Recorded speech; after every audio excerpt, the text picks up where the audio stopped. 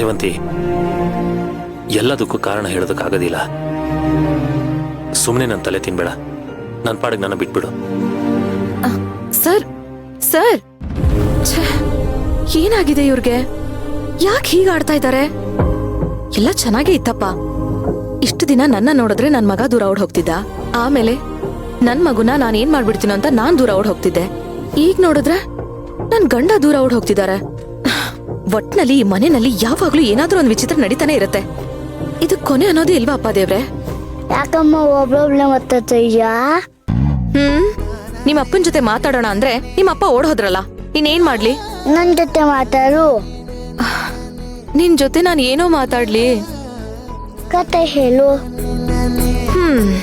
ಸರಿ, ಹೇಳ್ತೀನಿ. ಒಂದೂರಲ್ಲಿ ಕಾಗಕ್ಕ ಗುಬ್ಬಕ್ಕ ಇದ್ರಂತೆ. ಕಾಗಕ್ಕನ್ ಮನೆ ಕಲ್ಲಿನ ಮನೆ, ಗುಬ್ಬಕ್ಕನ್ ಮನೆ ಹುಲ್ಲಿನ ಮನೆ ಅಂತೆ. ಅಯ್ಯೋ ಅಮ್ಮ, ಕತೆ ಬೋರು. ಈ ಕಥೆ ಬೋರಾ? ಬೇರೆ ಕಥೆ ಯಾವ್ದು ಹೇಳಿ? ಒಂದು ಕೆಲಸ ಮಾಡು, ಉಪ್ಪು ಮುಟ್ಟೆ ಮಾಡು.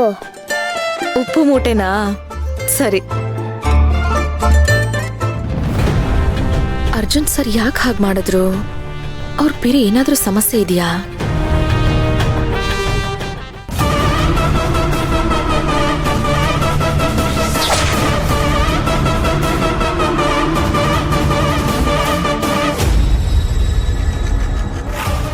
ಅಕ್ಕ, ಇವತ್ ನೀನ್ ಹುಟ್ಟಿದ ದಿನ.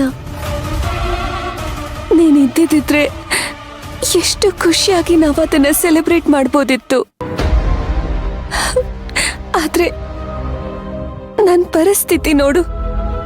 ನಿನ್ ಫೋಟೋ ಮುಂದೆ ನನ್ ಕಣ್ಣೀರಿಡೋ ಹಾಗಾಗಿದೆ.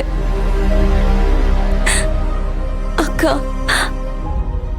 ಹ್ಯಾಪಿ ಬರ್ಡೇ ಕಣೆ, ಹ್ಯಾಪಿ ಬರ್ಡೇ. ಅಕ್ಕ, ಯಾಕೆ ನನ್ನನ್ನು ಬಿಟ್ಟು ಹೋದೆ? ಅಮ್ಮನ್ ತರ ಇದ್ದೆ ನೀನು. ನೀನಿಲ್ದೆ ನಾನ್ ತಬ್ಲಿ ಆಗೋಗಿದ್ದೀನಿ.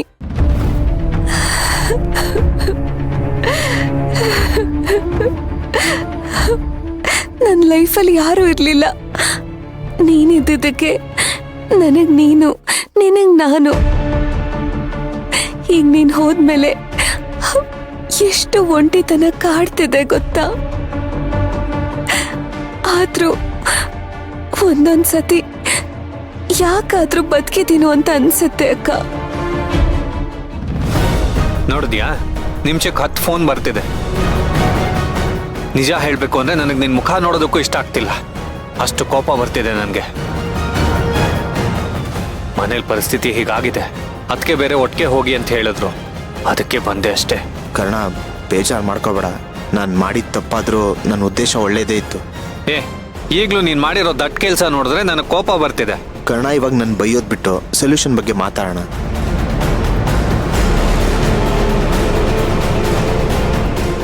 ಕೈಯಲ್ಲಿ ₹1 ಇಲ್ಲ, ಇನ್ನೇನು ಸೊಲ್ಯೂಷನ್ ಬಗ್ಗೆ ಯೋಚನೆ ಮಾಡೋದು? ಮನೆ ಮೇಲೆ ಲೋನ್ ಅಪ್ಲೈ ಮಾಡಿದ್ದೀನಲ್ಲ, ಆ ದುಡ್ಡು ಬಂದ ತಕ್ಷಣ ನಾನು ನಿನಗೆ ಕೊಡ್ತೀನಿ. ನಿಜವಾಗ್ಲೂ? ಅದಕ್ಕೆ ಹೇಳಿದ್ದಾರೆ. ಅಲ್ಲ, ನೀನು ಆ ರೌಡಿಗಳಿಗೆ ದುಡ್ಡು ಕೊಡ್ಲಿಲ್ಲ ಅಂದ್ರೆ ಸುಮ್ಮನೆ ಬಿಡ್ತಾರಾ? ಕರ್ಣ, ಆ ರೌಡಿಗಳು ಅದಕ್ಕೇನ ಹುಡುಕೆ ಇಲ್ಲ, ಅದಕ್ಕೆ ತಾನಾಗೆ ರೋಡಲ್ಲಿ ಬರ್ತಿದ್ರು ಅಂತ ಹೇಳಿದ್ರಲ್ಲ. ಹಾಗಿದ್ಮೇಲೆ ಅವ್ರು ನನ್ನ ಹತ್ರ ಸುಳ್ಳು ಹೇಳಿ ಮೋಸ ಮಾಡಿ ದುಡ್ಡು ಇಸ್ಕೊಂಡಿರೋದು. ಕರ್ಣ, ನಂದೇ 10 ಲಕ್ಷ ಅವ್ರ ಹತ್ರ ಇದೆ. ಫಸ್ಟ್ ನಾನು ಅದನ್ನು ವಸೂಲಿ ಮಾಡಬೇಕು.